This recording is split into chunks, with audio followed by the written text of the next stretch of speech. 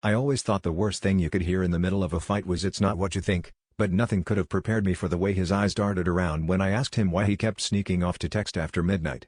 We'd been fighting for weeks, screaming, slamming doors, threatening to leave, then making up in ways that left us both out of breath. Every night felt like a test. So when I cornered him in the kitchen with his phone buzzing on the counter, I braced myself for the usual denials, maybe even a confession that he'd been seeing someone else. Instead, he dropped the plate he was holding, stared at the floor, and finally whispered that he'd been planning a surprise for me. With my ex-girlfriend. My stomach dropped. He said they'd been talking for weeks, plotting some big gesture to prove he could be mature, that he could handle the fact that I still talked to her sometimes. I felt sick. The idea of them together, even just talking, felt like a betrayal layered on betrayal.